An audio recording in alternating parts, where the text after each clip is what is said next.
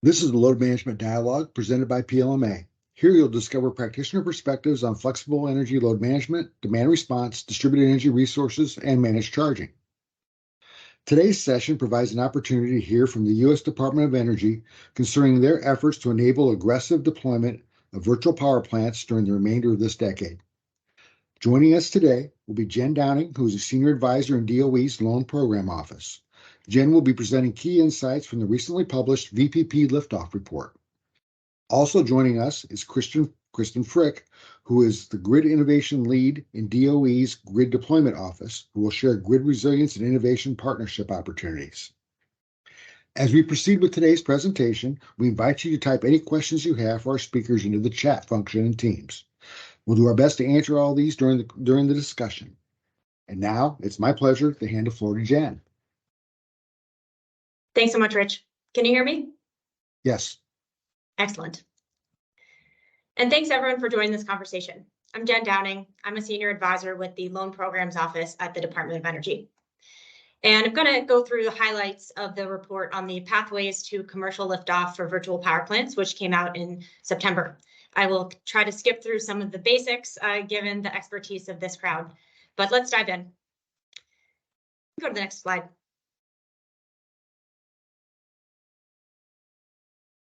So I don't have to tell this group that for the first time in decades, peak demand on the grid is growing.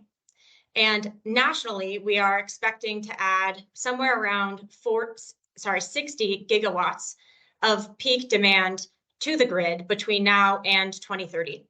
Now, the numbers that you're seeing on the page here are with a kind of mid-case electrification scenario from the past year or so. So what I want to underscore is, we've been observing peak load forecasts being revised upward in certain parts of the country, such that the numbers could be significantly higher than this.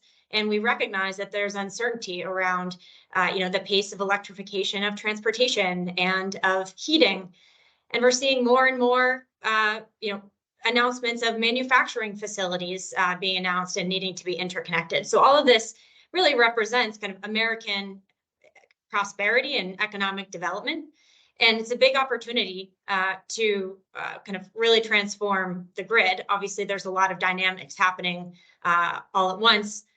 We are at the same time expecting to retire over 150 gigawatts of old coal generation, a little bit of old gas.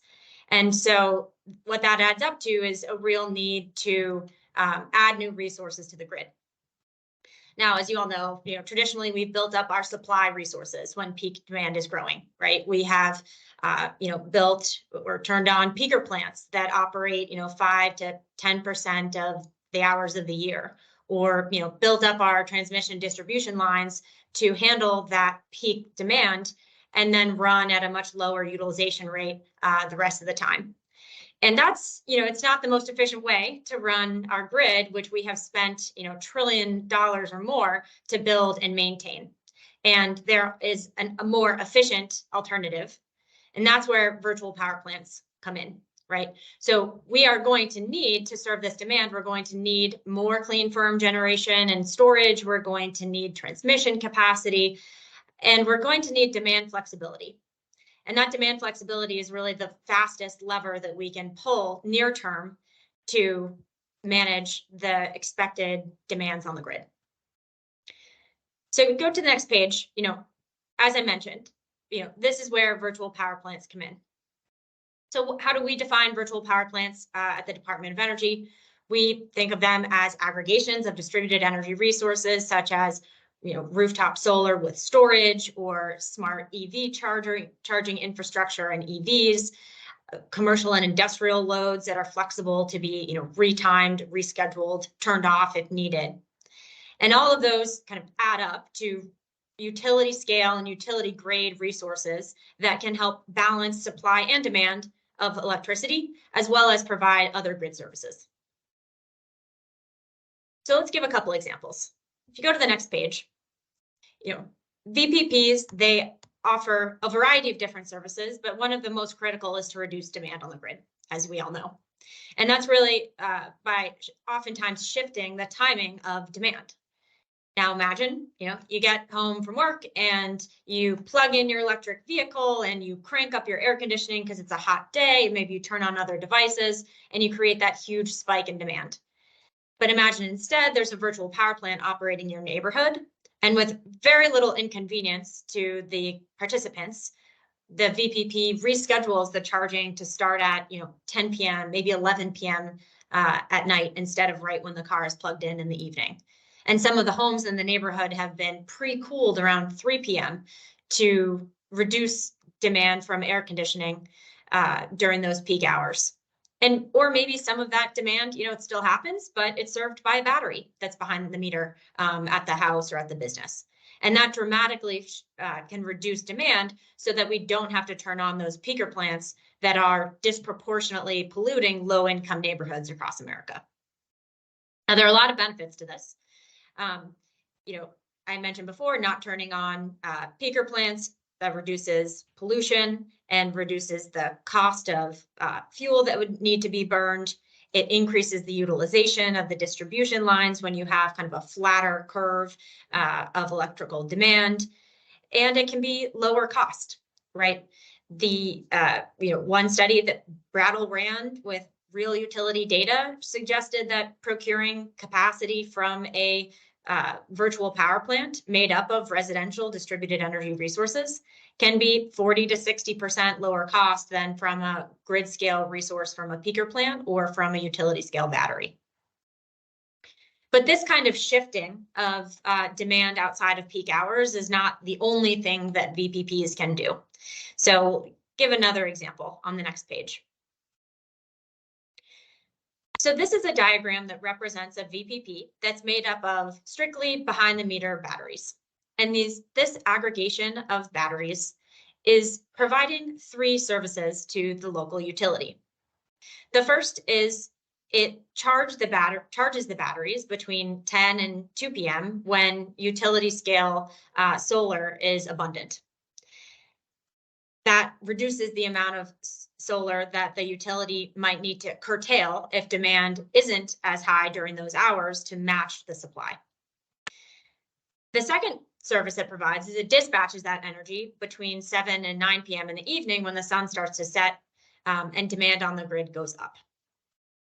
And then the third service that this aggregation of batteries supplies is fast frequency response to maintain power quality.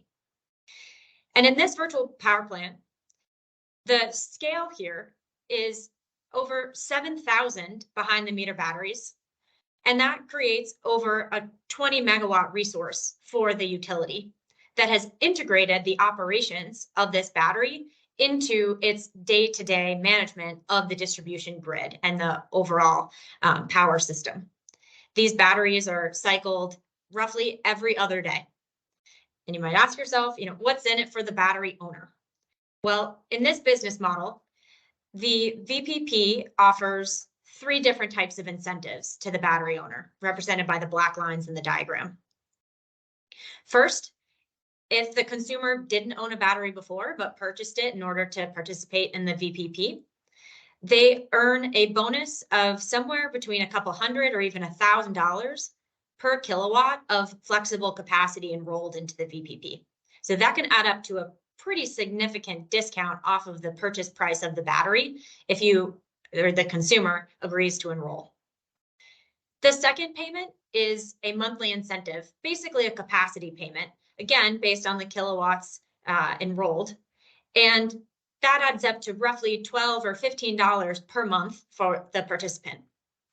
And then the third type of incentive is a per kilowatt hour export credit. So for any consumer that is exporting energy back to the grid rather than consuming it all behind the meter, they're getting roughly about 20 cents per kilowatt hour. Now, all that adds up to, again, pretty significant dollar value for the participants. And in that way, the virtual power plant model here is encouraging adoption of behind the meter batteries and the addition of distributed resources and distributed capacity on the grid in this jurisdiction. Now, in this model, the VPP works very closely with a utility.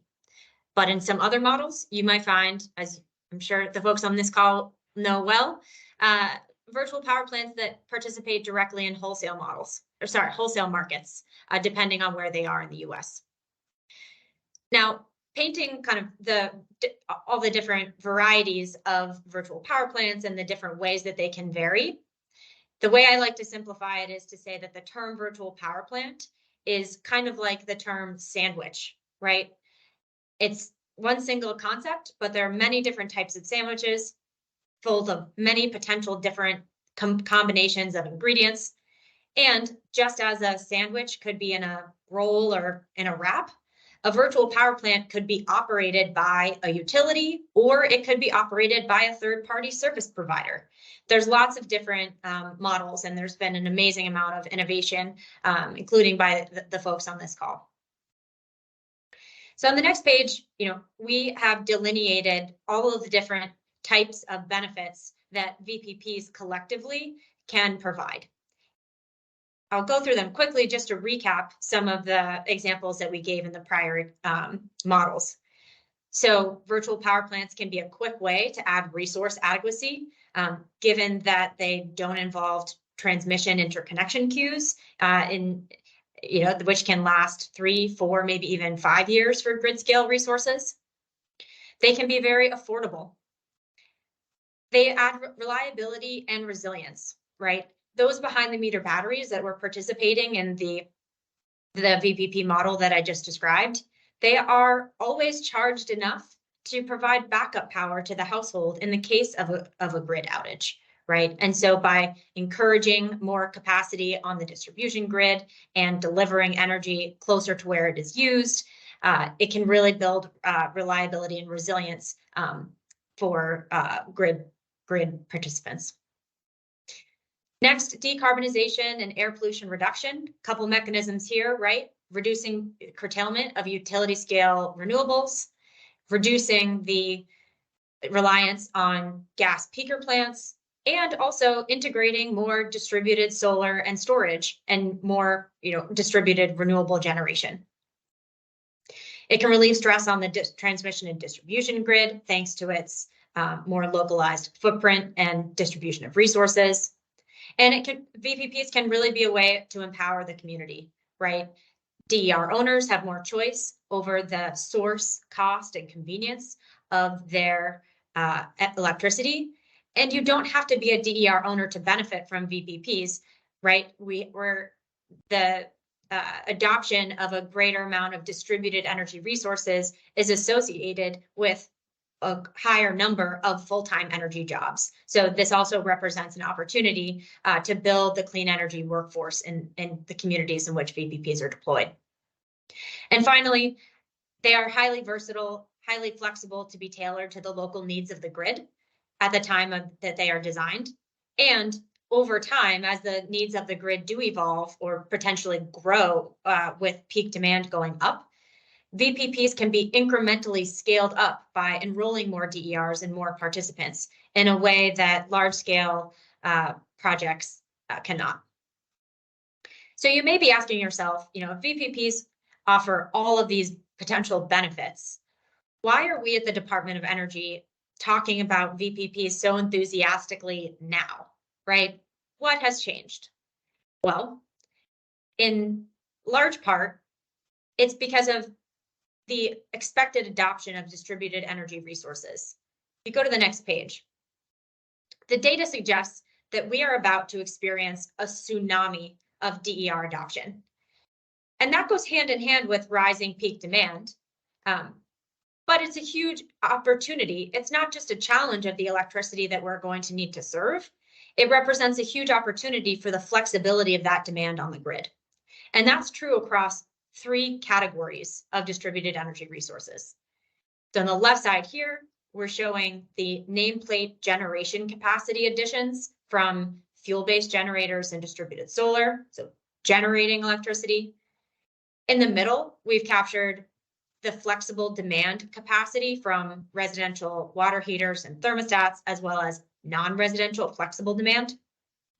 And then finally, storage. On the right-hand side, we're showing stationary nameplate capacity of behind-the-meter batteries. Now, these numbers are large. To put them in context, in the middle of the page here, adding 4 to 6 gigawatts per year of flexible demand capacity is the equivalent of adding roughly 50 peaker plants per year of flexible supply capacity. And on the right-hand side, if we get to almost 25 gigawatt hours of distributed batteries added to the grid in a year, that would be like adding over 400 utility scale batteries. So these numbers are huge, but they pale in comparison when you look at the numbers being added to the grid from electric vehicles. So on the next page, we're showing the nameplate demand capacity from the chargers that we are adding each year. And on the right-hand side, the nameplate storage capacity of EV batteries. Now, I'm careful to say nameplate, and I want to put that in context because not all electric vehicles are plugged in at all times. Obviously, their primary use is as a vehicle.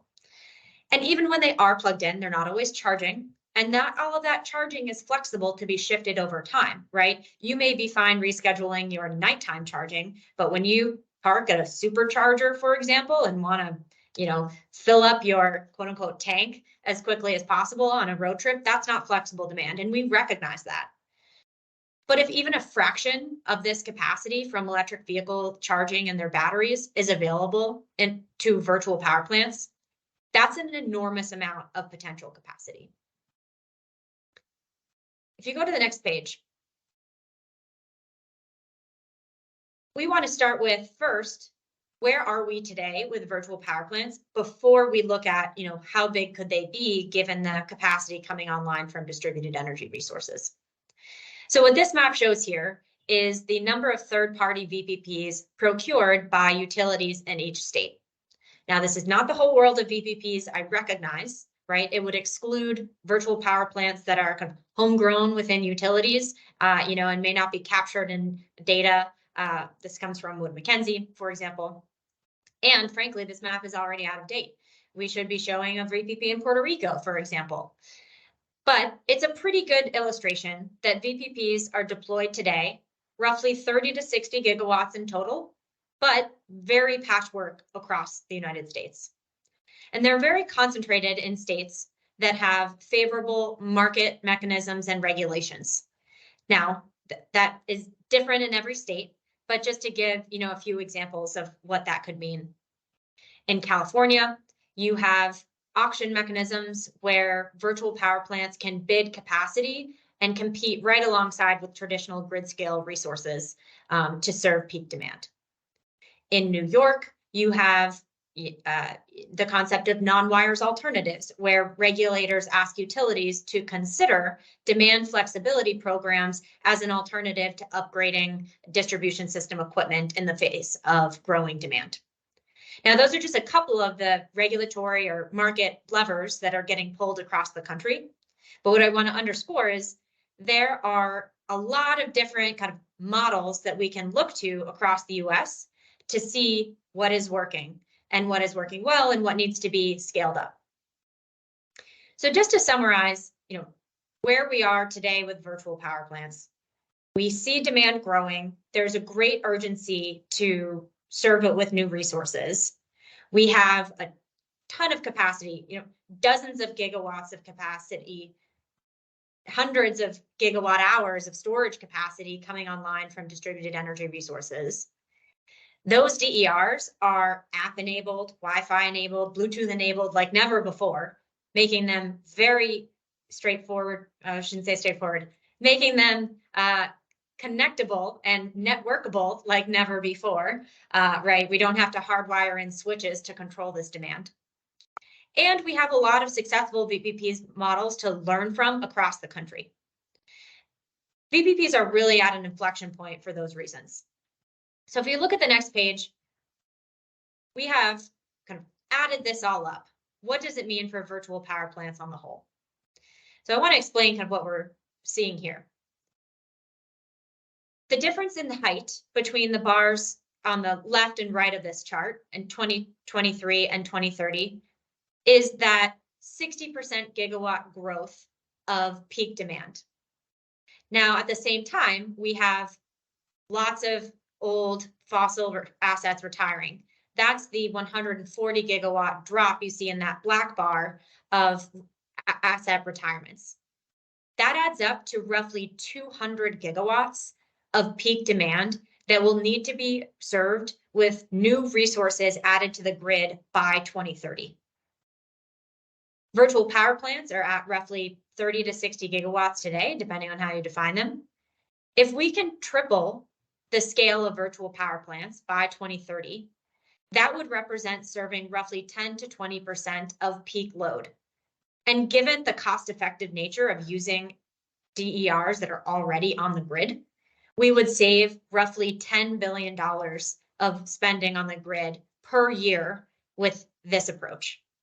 Now, I think what's even more striking than the $10 billion that we're not spending on the grid is that the money that is spent on virtual power plants, the majority of it flows right back to American consumers and the participants in virtual power plants.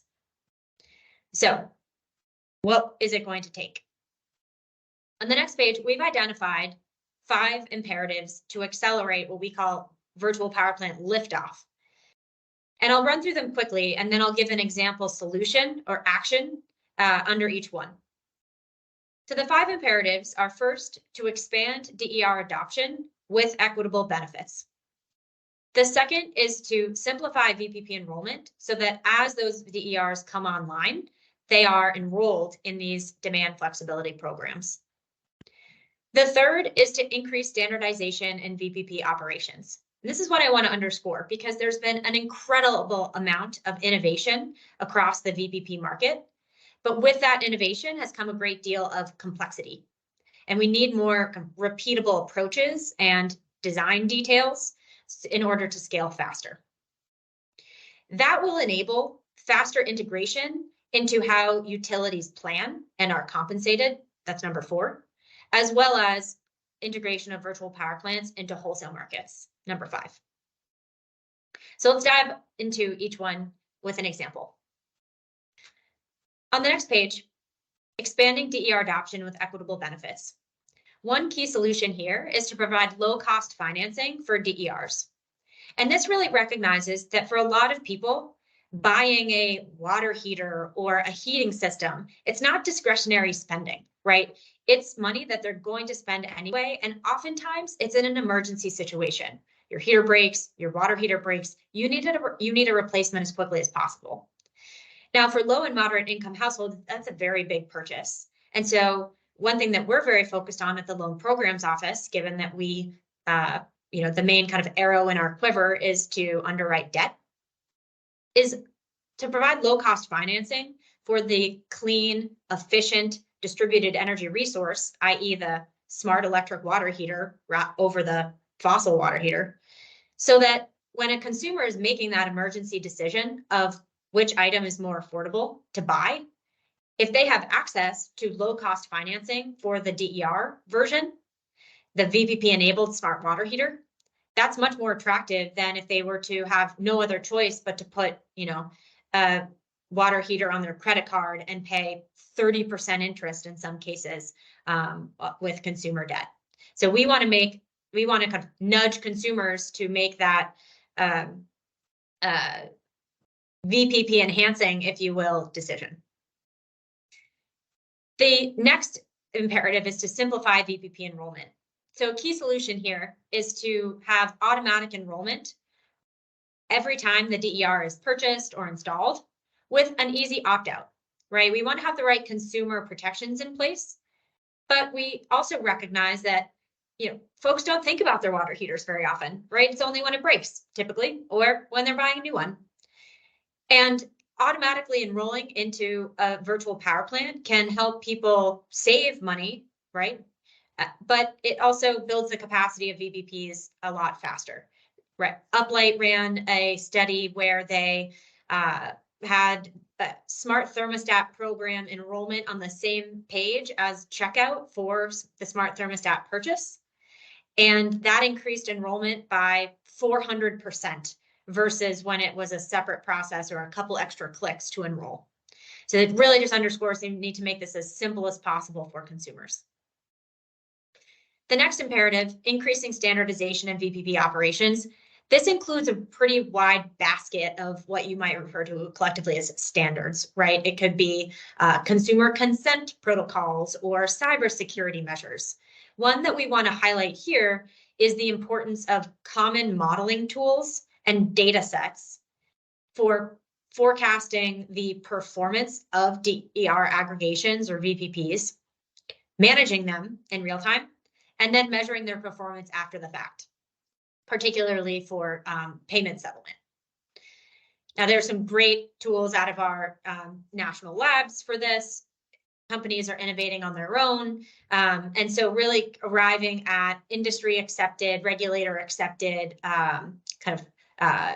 data sets, models, calculation methods is one way that will help streamline the design and deployment of VPPs. On the next page, integrating VPPs into utility planning and incentives. So a key aspect here, which probably no surprise to a lot of folks on the phone, is aligning the incentives that utilities have and when it comes to their compensation, whether it is performance-based incentives or how rates are designed. Virtual power plants are often at a disadvantage given that they are a low CapEx, higher OpEx investment decision, and under traditional utility compensation models, utilities are earning a margin on capital expenditures and either no margin or far less margin on operating expenses. Now, that means that a utility choosing a VPP under that compensation scheme would be making, in some cases, a margin dilutive decision by choosing the VPP over a CapEx heavy alternative, such as building a peaker plant if it's an integrated utility, or upgrading a substation and earning on the cost of that equipment. And so really aligning incentives for utilities making these financial decisions to make sure that they are in line with the kind of system optimal investment approach when it comes to utilizing what's already on the grid, building resilience of our distribution systems, empowering consumers, and ultimately saving money. And then finally, integrating VPPs into wholesale markets. This really relates to the implementation of FERC Order 2222, in which, in 2020, FERC ordered ISOs and RTOs to allow participation of DER aggregations or virtual power plants in wholesale markets. ISOs and RTOs have their own implementation plans and are operating on their own timelines, and have cited kind of region-specific barriers, for example, staffing capacity constraints or IT systems that need multi-year upgrades before VPPs can wholly participate. So the barriers here are very region-specific, and solutions are needed to help kind of accelerate those timelines and make sure that the market rules are as inclusive as they can be, so that we can bring as much capacity online at a time when we really, really need it, while maintaining the safety and reliability and affordability of the grid. So on the next page, I just want to underscore that across these 5 imperatives, the Department of Energy has over 20 complementary programs already underway. Some examples of that are, I'm in the Loan Programs Office. We have low-cost financing for VPP projects.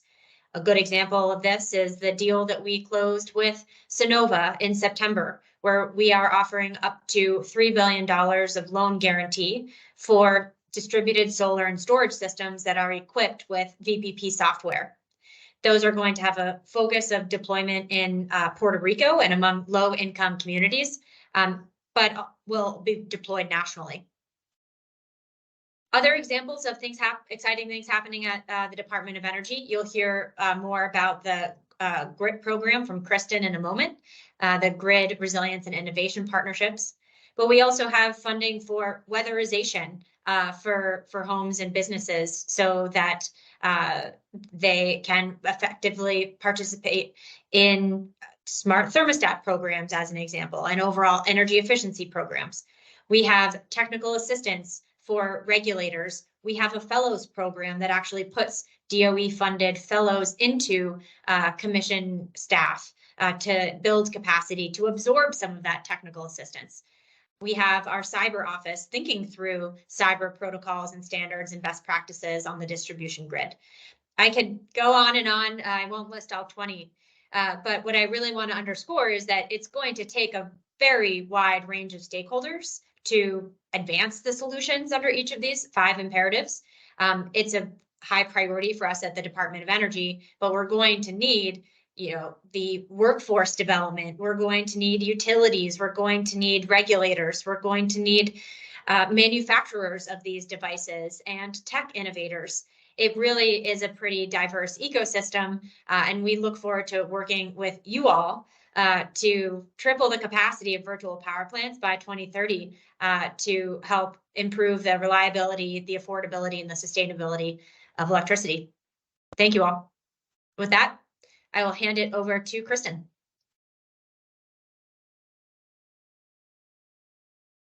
Thanks, Jen. It really is a group effort to get VPPs deployed, and I'm happy to talk about, well, maybe Jen, I can cover Jen's slides if she wants, but maybe we'll get to the GRIP slides. Oh, I apologize, Kristen. Sorry for the fake out. I forgot that the LPO programs came first. So let me put my loan programs office hat back on and talk specifically about what we're doing in our office.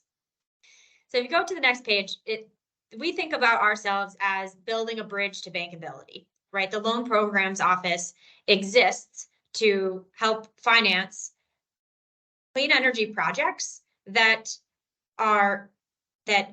deploy technologies that are not yet at commercial scale today in the US, but we know are technologically proven, right? We have thousands of engineers at the Department of Energy. In some cases, we were involved in the R&D behind these technologies, and we see our role as financing that, first, second, third deployment of this technology and structuring those deals while private capital banks look over our shoulder and understand the technology, what the risks are, how to underwrite it, how to structure those deals so that the private sector can take over as this technology scales.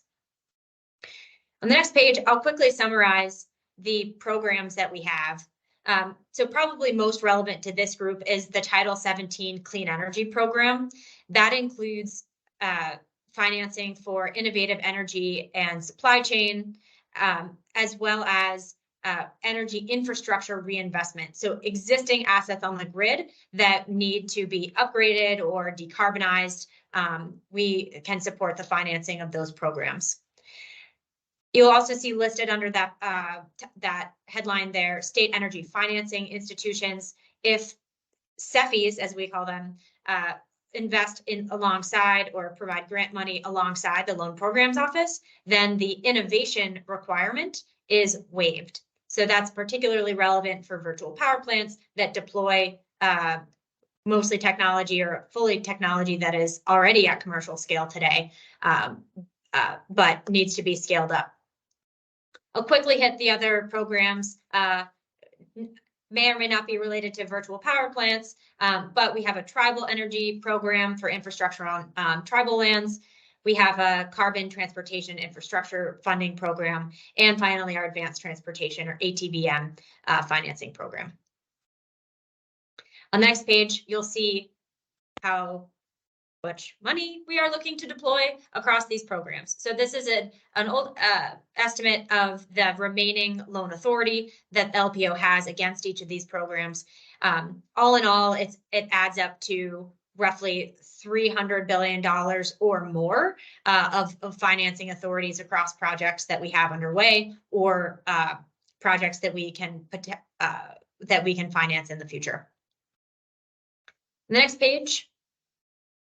Just quick word to close on this, why work with the loan programs office? We offer access to kind of, patient capital that private lenders can't or won't provide to clean energy infrastructure projects.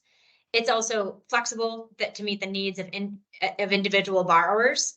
And you have a real partnership with the Department of Energy for the lifetime of the project itself. With that, I will hand it over to Kristen, who will talk more about the GRIP opportunity. Thanks. Thank you, Jen. Okay, second time's the charm. but 300 million is a lot to talk about. So if you go to the next slide, I can kind of cover some key points. So GRIP, we did release the selection for the first round of funding. That was in October. I'll send a link after I talk. We have some fact sheets out for those current project selections. It was 58 projects across 44 states, and it was the selection was $3.4 billion in federal funding and $8 billion in total funding, including the match. We actually have we work real quickly, and in November we released our second funding opportunity round. It's similar to the last round, where we anticipate providing up to $3.9 billion to modernize and expand the power grid. So the GRIP program has 3 different funding mechanisms within it. It's smart grid, grid resilience, and grid innovation. To make a point with VPPs, the GRIP program can absolutely include VPP projects in the applications. Usually we see VPPs as part of a broader initiative aligned with the goals and objectives, including integrating and aggregating DERs, as Jen mentioned earlier, kind of viewing that whole system perspective. And we do have a few projects that manage kind of high renewable penetration in the GRIP program, and as well in general DER aggregation. So we're getting there, but GRIP kind of, in contrast to LPO, we're really focused at GRIP on getting things to deployment scale. So we include projects that either provide that infrastructure and innovation, and we de-risk innovation, and we're looking at accelerating project timelines. For the current funding opportunity that's open, we have concept papers due January 12th. So if you or anyone you know is interested, please check it out. We've updated the form. It should be much easier to submit a concept paper with more directed questions. And we're really just excited about continuing this program. It's the biggest investment the DOE has made in the grid, and we're just happy to be a part of it, and happy to take any questions now. Thanks, Kristen. Just to put a finer point on this, because I know folks may have kind of varying levels of familiarity with GRIP and with the Loan Programs Office.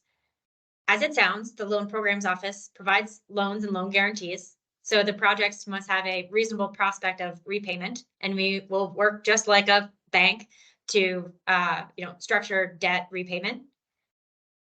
GRIP does not get paid back. That is one key difference. Other key differences, Kristen was talking about the different types of projects that GRIP will cover, and there definitely is overlap, right? Examples might be, we would provide debt financing for reconductoring or advanced conductors. That's something that could be eligible for a GRIP grant. I think at the Loan Programs Office, we will look at project sizes with a much larger price tag, right? We can do multi-billion-dollar deals with our applicants, and we have those types of projects in our pipeline for sure, especially when it comes to utilities thinking through reinvesting in their existing infrastructure. So thank you for that, Jen and Kristen. Up to this point in time, a couple questions to get us started here. So how has the VPP Liftoff report been received since it came out in September? And what's been the feedback thus far? Yeah. So far, the feedback has been great, and our ears are still open. So, if you all have reactions to what you heard today, and please speak up, or shoot me a note, or questions or suggestions for how to update this. It's really meant to be and create a dialogue with external stakeholders outside of the DOE. That's the goal of all of the different liftoff reports that we have published. And it's been really encouraging to learn more and more about different organizations working on the solutions that have been called for in the liftoff report, right? So across, RMI and Rewiring America and NARUC and EPRI, the amount of momentum is very encouraging. And I would say, it's almost hard to keep up and track who's working on everything. And it's has also started up new efforts. I was amazed when I got an email from someone who said, hey, I had a data company startup in the past. I read your report. I was fascinated by virtual power plants, and I built a database of all of the VPPs where you can enroll a battery and what the incentives are. And he has it on a Substack. and it's publicly available for free. His name is Jim Moran, if you want to Google it. But it's really been incredible, the amount of positive feedback. So I think we truly are at an inflection point at this point in time, and we hope that the solutions can scale fast. So we're looking at all you all. So Jen, a question that came in the chat. Ardo says that VPPs using battery storage behind the meter for some utilities has gotten past the pilot phase, but maybe still working through implementation and on broader scale. Could a utility apply for this type of loan, or maybe get or be involved with GRIP while they're in that next phase of trying to deployment? That's what I'm reading between the lines, Ardo. If you want to correct me, you can. Yeah.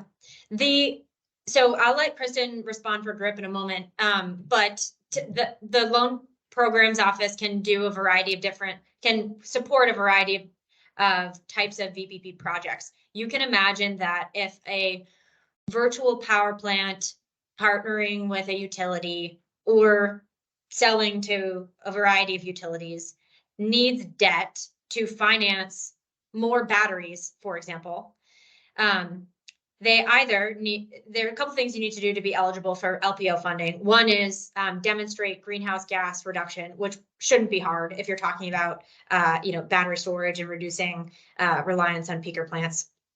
It needs to have a reasonable prospect of repayment. So, right, what grid services are you getting compensated for? Where's that coming from?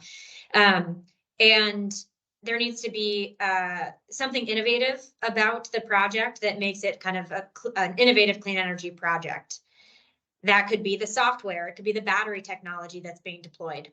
But as I mentioned before, that innovation requirement is waived if there is involvement from a state energy finance institution. So like a green bank, which many states have, and many states are in the process of setting up. So that's something to consider. I think in that case, if a pilot is already in place and needs to be scaled, that actually is kind of a prime candidate for LPO support, because we're looking to think big with the projects that we underwrite. We don't have a strict minimum for project size, but given that working with us is very similar to working with a bank in terms of the information that we ask for and the diligence that we do, there are costs involved in going through our pipeline. So we tend to think about 100 million roughly as a lower bound. Just to give you a sense of scale. Okay, so with that thought, then Ardo did put in there that his question was actually more focused about when utility might be still looking into a pilot or feasibility study. It would seem with that $100 million hurdle that's probably not quite that what you guys have available is more about bigger deployment as opposed to the figuring it out stage. That's right. There's also an opportunity to aggregate a bunch of deployments, right? If you wanted to package that into a project that needed debt financing. But I'll kick it over to Kristen, because I know that there were a lot of other smaller projects that received rewards in the last round. They were selected. I want to clarify. Oh, sorry. Selected. It's okay. Checks have not yet been written. They have not yet been written. Okay. We're getting our pins ready. So for your question, I will respond generally is that I encourage you to submit a concept paper, and we can actually give you feedback on whether we would encourage or discourage that type of application. I would say generally, we did put minimums into this current funding round, but we also have some increased maximum exceptions for different program areas, particularly when we see multiple service areas collaborating together. And we really want to emphasize that collaboration. So partnering with other utilities, partnering with other states, the different programs have different eligibility, and that would affect like the project size. But all of that to say, GRIP would love to see your application if you think it fits within our goals and objectives. And we are definitely on that in between idea and deployment phase. Yeah. Thanks for that, Kristen. And thank you for the good question, Ardo. Jen, I heard you, I think, just quickly mention something earlier about support for PUCs in some of your thing, and clearly getting regulators to get on board and move regulation towards where it needs to be for, the future of this grid, as opposed to how we've managed it in the past, is part of the issue. So please share with us, what types of things DOE is doing to support regulators and understanding, supporting adoption of VPPs. Sure. Yeah. So this is, recognizing that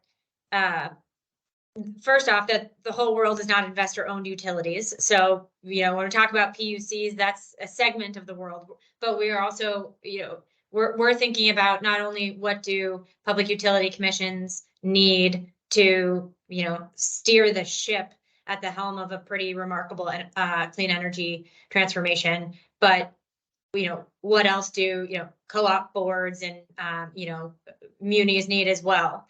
And oftentimes it's it can be similar. For example, how can we best estimate load growth, right? How do we think about DER adoption forecasting? How do we define grid services? What are the best compensation mechanisms for that? And so our several of our offices at the Department of Energy are supporting technical assistance in a couple different forms. We work closely with NARUC, NASIO, I mentioned, and the labs such as Lawrence Berkeley National Lab, the NREL National Renewable Energy Lab, to create the kinds of modeling tools that I mentioned, but also just curriculum to understand, what are best practices that some states have deployed. And so if you look on, I think it's on NARUC's website, there's a lot of good resources there. The reason why I really want to underscore that is just to, I know that this group is, more kind of private sector focused, where this isn't the NARUC crowd, where I'm not speaking to regulators, but I know that VPP deployment needs to happen kind of hand in hand with the utility, the technology providers, and then the regulators approving the plans. And so we're trying to equip everyone to kind of work on those challenges together, because it will require, change to status quo. And it's not just, what is the best designed performance-based incentive. It's about getting people to show up at work and do their jobs differently than they did yesterday, right? And so that's the kind of the support that we're trying to drill down into now more than ever. Nope, that's very helpful. Thank you. So a new question in the chat from Brian says, one challenge is getting accurate cost of customer acquisition. It can vary regionally by technology type and depending upon the utility incentives where you are. Do you, either of you, have anything around that help them experiment in different geographies with several, maybe $1 to $10 million pilots to try to get probably a better handle on some of that diversity of acquisition? We in developing the Liftoff report, I interviewed probably 80 to 100 different players in the market, and did hear that again and again, that customer acquisition cost can be high for a variety of reasons. It's consumer education, understanding what the heck they're signing up for. It's finding the consumers, right? Which can be difficult when there's limited amount of grid data available. And then retaining them obviously over time. And so first off, I just want to kind of recognize that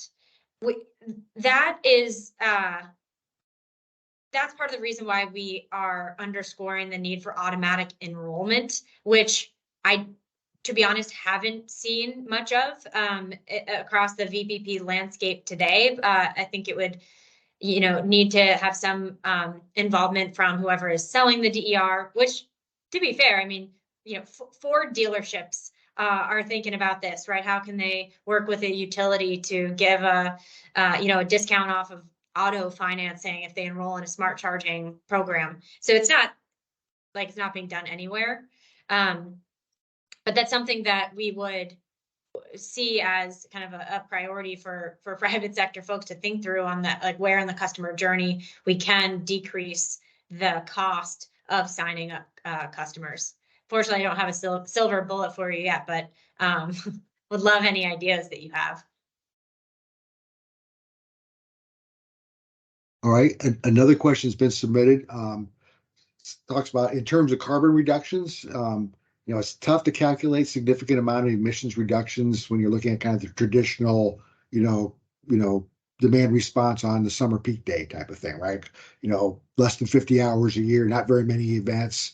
Yes, you impact peaker emissions, but not many hours, it doesn't pile up as big of a list.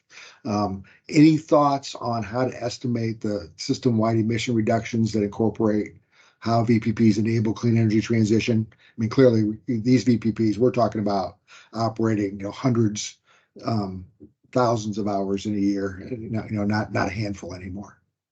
Yeah. It depends on the project. But I would say that that's part of our application process in our Title 17 program is there's a Part 1 application assesses the greenhouse gas impact and the technical innovation. If you're eligible on those fronts, you moved into Part 2 process, which is more focused on the financials of the project. But for that Part 1 piece, the GHG reduction can be estimated in a variety of different ways. We don't have kind of a template format for that, just given the diversity of our projects. But the good news is that our team works with you on that to say, okay, what's your first draft of how to calculate that? What assumptions are going into that? Does that square with our understanding of the technology or of the current state or the projections? So there's no one size fits all. But I know that, government isn't known for its great customer service. We hope to change that at the Loan Programs Office. We actually have a really responsive team from, the beginning of the process with our outreach and business development team, and including our technical and environmental impact team that work closely with applicants. Okay. Thank you. Jen, what kinds of VPP projects are you seeing in the LPL deal pipeline right now? Lots. I come back to my sandwich analogy, but that actually is true even more so with, who is applying for LPO financing. So in some cases, we have utilities, large utilities or not so large utilities coming to us with, a couple different projects that they're thinking about that could be eligible for LPO financing. In a lot of cases, if there is a virtual power plant component to their plans, it actually can increase kind of the bang for the buck that they're getting from their renewable project or from their transmission project because of the benefits of adding demand flexibility to those other assets. So in some cases, it's utility applying for financing. In other cases, it's the hardware and deployment company, right? We're seeing some EV charging infrastructure projects that have plans to manage charging or add storage to the charging sites to help balance demand. Or, I gave the example before of the Sonova deal, Project Hestia, that we financed, where ultimately the debt is the loan guarantee goes towards the consumer debt on the solar plus storage systems that Sonova is deploying. So lots of different kind of project structures are in our pipeline, in addition to different types of DERs and different types of companies. Thank you. So I also got a question submitted asking about how much of DOE's focuses on the residential versus the C&I VPP market. Both, I think, is the short answer. Looking at the data, there's a ton of demand flexibility existing in C&I, right? We want to go harness. If you look at the growth in capacity going forward from distributed energy resources, it looks to be fastest in the residential sector, just in terms of growth rates. So that's, the answer is truly both, I'd say. All right. Thank you for that. And so at this point in time, we're approaching the end of our time. I want to thank both Jen Downing and Kristen Frick from the Department of Energy for the time that they've spent and sharing with us what's going on. Very important work and very important things to help enable the energy revolution that we're going through. So again, thank you for your time and effort in all this. Thank you so much, Rich. Nope. Yeah, thank you, Rich, for having me. You're welcome. In addition, everyone on here, you can access these load management dialogues through your favorite podcast channel, right? Our load management dialogues are available on podcast. You look them up either as Load Management Dialogue or from PLMA, and you should be able to find those wherever you get your podcasts. In addition, recording of this will be put on our YouTube channel and made available for everyone. So please feel free to look there. There's lots of rich content there on PLMA's YouTube channel. Next week, in our next webinar is a virtual meetup, actually hosted by the Women in Demand Management Affinity Group. This is part 4 of a series that they've been running around Embrace Your True Potential. This is available for all PLMA members and anyone that participated. That was a PLMA conference registrant back in Charlotte last month. So again, expect a good group. They've been doing some really good work here, and they also, as part of this session, want to talk about some of their opportunities for programming that appeals to members in 2024.